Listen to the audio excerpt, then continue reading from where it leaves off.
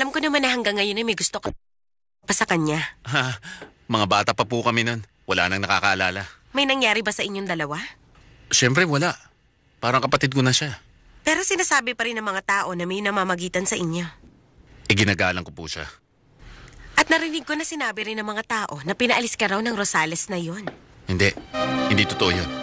Wala pa akong naririnig na ganon. Pero kung sakali, paninirang puri lang.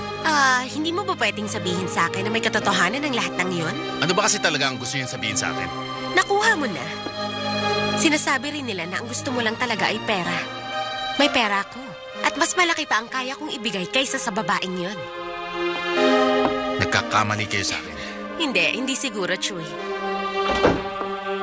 Anong ginagawa mo dito, Choy? Pinag-uusapan lang namin ang pangit na reputasyon ng Marimar na yon. Isa kang babaeng may gininto ang puso. Sapat na ba yon para mabuhay ako ng masaya?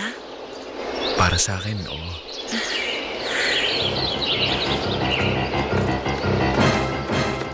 Ayun sila. Malapit sa isa't isa. Kailangan malaman ito ng anak ko. Kailangan siya mismo makakita. Mabuting tao si Marimar. Hindi yan ang sinasabi mo sa akin kanina. Hindi yan totoo! Anong sinasabi mo tungkol kay Marimar? Disenteng tao si Marimar at itinuring ka niyang parang kapatid. Nagtiwala siya sa'yo pero hindi mo siya iginagalang. Ninakawan mo pa. Inaakusahan mo ako na hindi ka sigurado. Sinisiraan mo pa si Marimar? Hindi ko siya sinisiraan. At hindi ko yon gagawin sa kanya.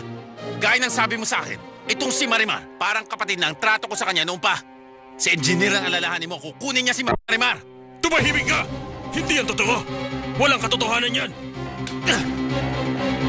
Huminahon ka, seryo. Ninenervyos ako sa ginagawa mo. Wala raw siyang sinasabing masama tungkol kay Marimar. Takot siya sa'yo. Pero masama ang sinabi niya kanina. Hindi siguro. Gusto mo lang lalong tungisan ang pagkatao ni Marimar sa akin. At hindi ko maintindihan kung Ayaw bakit. mo bang direktang sabihin sa akin na malinis ang pagkatao niya at hindi mo siya pinagtatanggol? Kontratuhin mo siya para siyang santa na hindi naman nararapat para sa kanya. Pwede bang tigilan mo na siya? Ngayon may problema na yung tao. Kung hindi ko nakikita na nag-aalala ka sa babaeng yun, bakit hindi?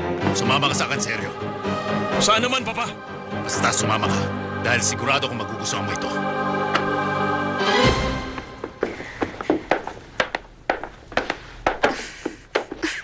Alam mo naman na may nagnakaw ng 50 baka sa akin, hindi ba? Hindi pa ba nahanap ng mga pulis ang salarin? Hindi. Wala pa rin. Siyempre naman, babae ka at nag-iisa lang. Kaya hindi ka nila iintindihin. O, ayan. Marimar, hindi mo ba naisip na magpakasal ulit? Alam mo, naisip ko namang gawin din yun balang araw. Pwede ka bang magpakasal sa akin, Marimar? Nakita mo ba siya? Ayan sila, oh. Si Marimar at si Engineer. Kakikilala pa lang nila sa isa't isa. Tingnan mo, maghahalikan pa yata.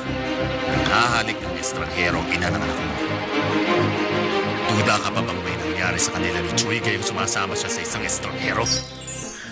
Sana nga makayanan ko. Na matutunan ng puso ko na magmahal muli, na mawala si Sergio Santibáñez dito sa puso ko. Parang himala lang ang makakagawa. Mangyayari ang himalang yon, Marimar. Sinusumpa ko. Napapaliw pa rin ang anak ko sa babaeng yun. Hay, senyor. Ang tunay na biktima dito ay ang kawawang si Inosensya. Ay, nagdudusa siya na dahil kay Marimar.